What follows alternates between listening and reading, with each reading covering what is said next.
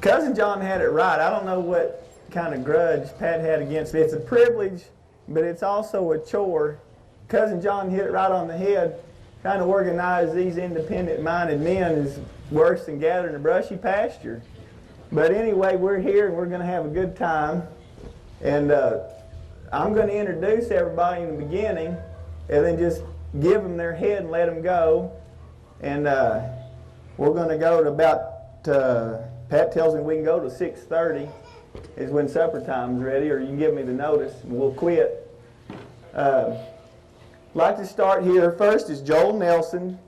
Joel lives in Alpine. He was on the 06s for 14 years.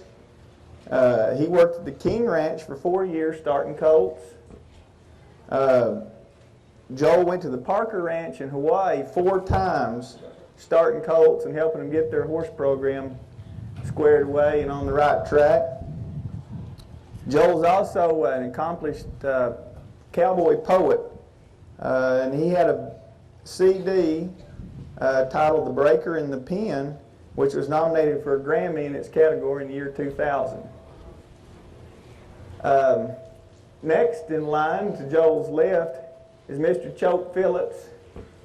Mr. Phillips was raised in northeastern New Mexico on the W bars, and he's one of our nominees for the award this evening. And Mr. Phillips later on had some country between Wagon Mountain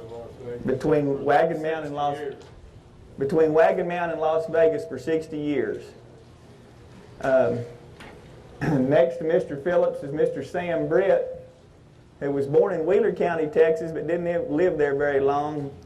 Lived most of his life on the Pasamani Ranch in Union County, New Mexico. And I asked both these men what should I tell about them, how should I introduce them? They just said, oh, they just ranched all their lives, and they're just old cowmen. So they're very, very humble and understated. Next to Mr. Britt is my granddad Haley's nephew, John Haley. I call him Cousin John. Cousin John's lived his whole life on the family ranch west of Midland, west of Kermit, that my great-grandfather, his grandfather, Papa Haley, put together in the early teens.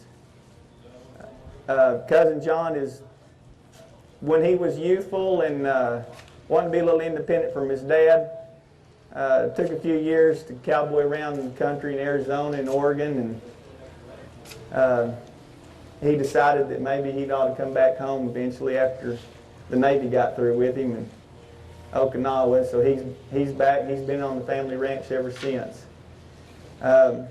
Lastly, down there is Mr. John Burson from Briscoe County. He was born and ranched there his whole life. And I think anybody familiar in the Panhandle sure knows of the Bursons and knows of Mr. Burson. And we're all in store for a lot of wonderful stories. And without further ado, I'm going to turn it over to Joe.